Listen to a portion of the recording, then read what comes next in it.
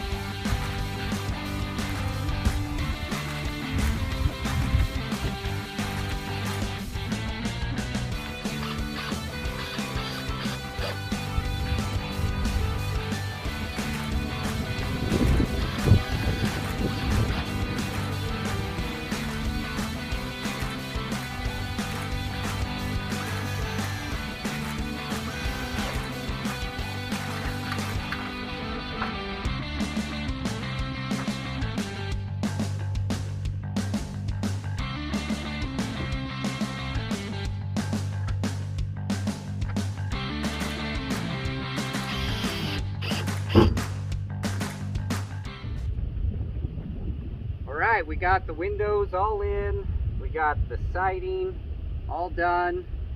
Now the last thing to do is the roof. So we are very excited to see it coming along. So what do you think? I still want one more window, and that's not all we gotta do. We gotta do the sink and stuff like that. So as far as this trip, what we wanted to get done, I think the roof is the last thing. The windows need to be cleaned really bad. Yeah. But other than that, I mean, that could wait until next year, but Yeah. we're just, So the windows are really dirty. In fact, where we got them, somebody had them just sitting outside. So we've never bothered to clean them. So they definitely need some attention. And you know, she really wanted a window on that wall, but we don't have anything that's the right size. Everything we have is massive.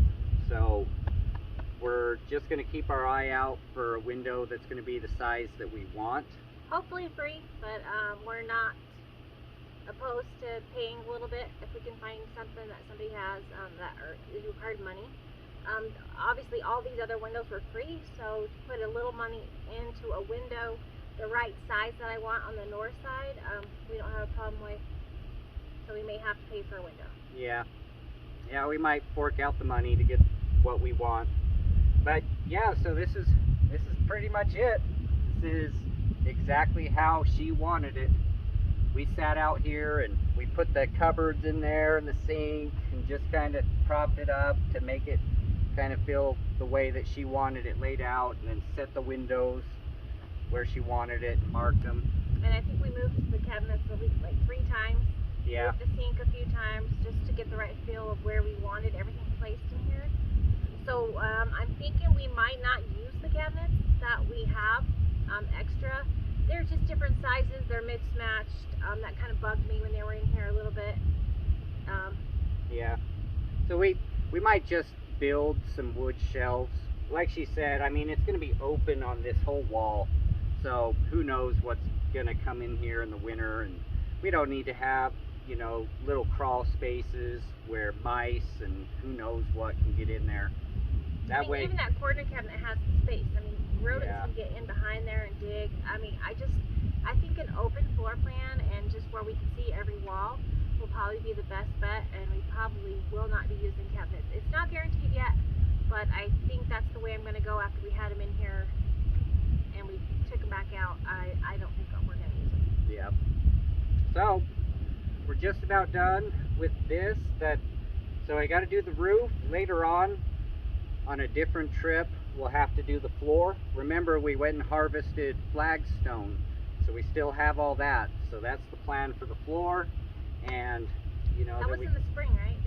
Is that this spring, or did we get them last year, last fall? I think we got them last fall. All right. So we've had this in the works for a while.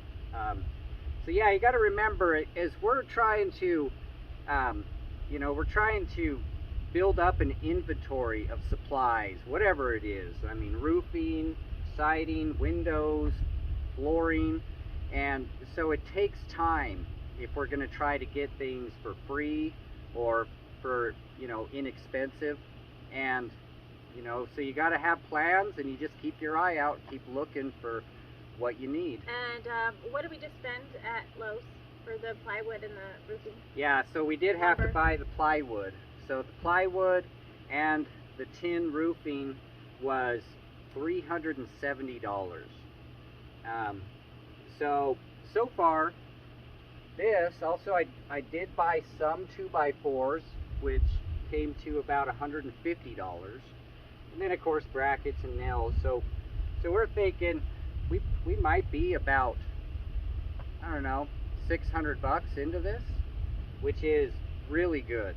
I mean, if you think about how much it would cost to buy windows like this and to buy all the lumber to frame this in, that's a great deal.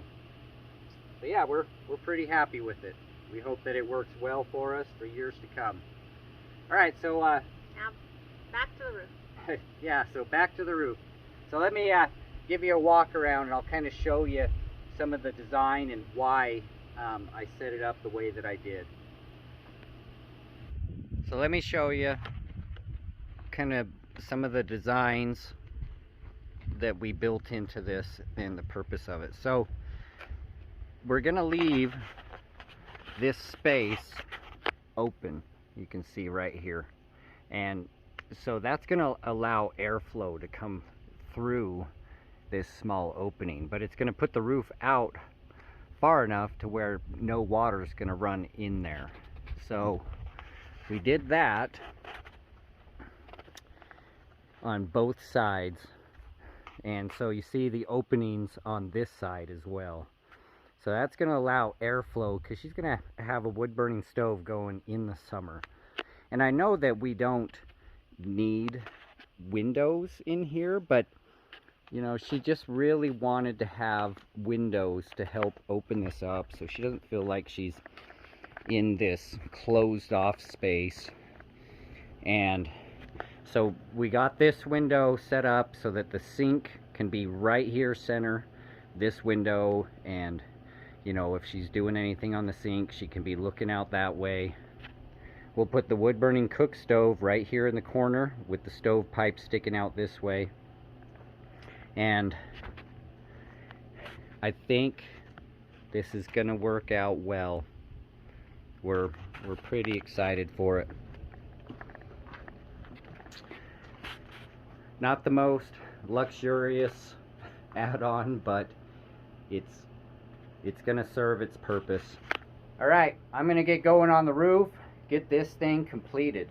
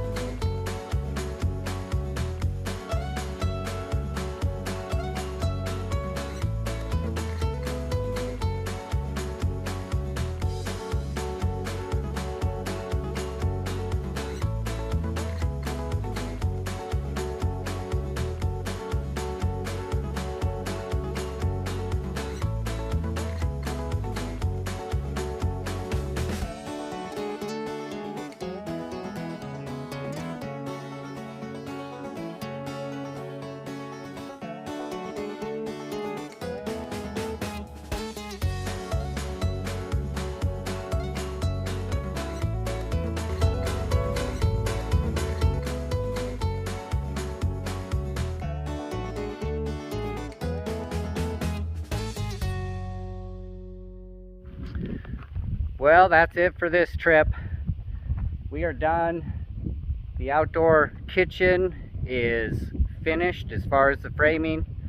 Now it just needs to be painted, and need to put in some shelving, do the floor. So not too much more work to do on it.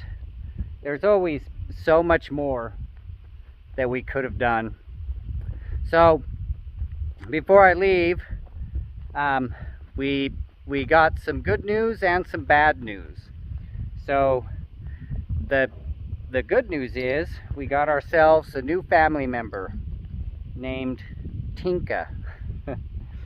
So this is actually one of Tonka's puppies, and you know, Tonka apparently went to the neighbors and had a night out with their dog. So yeah, this is Tonka's puppy. The bad news is we had to get rid of Tonka. Tonka, we knew would be you know, a little bit of a struggle for him to adapt. He is older, coming into a new home. He did okay for the most part, but I did struggle with a little bit of aggression. And then there was one incident that happened where I was disciplining him, and he was heading toward the back door, and I was coming after him to open the door to kick him out, and I think he felt cornered, and he turned and attacked me. You know, after he attacked me, and it was pretty bad, after he attacked me, you know, I went and saw him, and he felt bad and tried to lick my wounds and all that. So I think he's still safe in the right conditions, but I just couldn't trust having him in my home anymore. Not with my little children. I mean, I just couldn't imagine if he were to turn on one of my kids. So we had to get rid of him. Many people said that we should have put him down, but I didn't see the need for that. We were able to find him a home, actually with somebody that does have his sister. To actually move on, we had to actually get another dog, and it worked out pretty well to actually have one of Tonka's children. And, you know, just to remember Tonka, my wife Penny came up with the awesome name Tinka. So this is our new family member. And the other bad news, we feel very bad for the neighbors. Our neighbors, we spent all that time trying to help our neighbors put up the yurt. They got it up, and it was framed, and all he had to do was get the canvas sewed and put around it. But unfortunately, while we were gone, the wind came and blew the yurt over. It was a complete, total loss. He feels bad. He feels ashamed. He said he feels like he failed. And I just tried to reassure him, the only way that you fail is if you give up. We all have setbacks. We all have things that don't work out. Our greenhouse blew away. We just moved on. And so we think that they're going to do okay, but they're just going to have to come up with different plans for the winter. I did talk to him. He said it's fine to share, you know, the footage of what happened. But it is a shame. We feel very bad for him. And, you know, this is why we are very careful to make sure everything is anchored to the ground and extremely secure around here. The winds can get extremely strong. Blowing from the north over those mountains, those wind gusts can jump up to 70 to 100 miles an hour. I mean, for reals. It gets intense. So we'll just give you kind of a look around as we head on out. Kids are ready to go. They got everything packed up.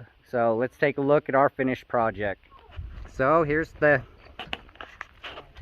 outdoor kitchen. Looks all nice. Got the flashing on there. Everything's all secured nicely.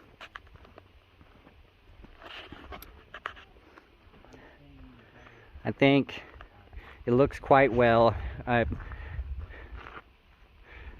sure do wish I would have had the paint ready to go, but unfortunately that didn't work out. So either way, I think it's going to be just fine for a time. We'll come back, we'll get some paint on it. Thanks for following us along as we continue to build up our homestead. We wish you guys all the best. Hopefully you guys are enjoying the fall season and the wonderful temperatures. We don't know when we're going to come out next. Hopefully we can get a crazy snowstorm this winter and we'll come out here and we'll fire up the snowmobiles and have a hell of a time. All right, we're going to go. Make sure that you guys like, subscribe, click the bell for notifications. You know, share these videos with your friends. Hopefully what we're doing is helpful to you. And you know what? We appreciate you, and we'll catch you in the next one.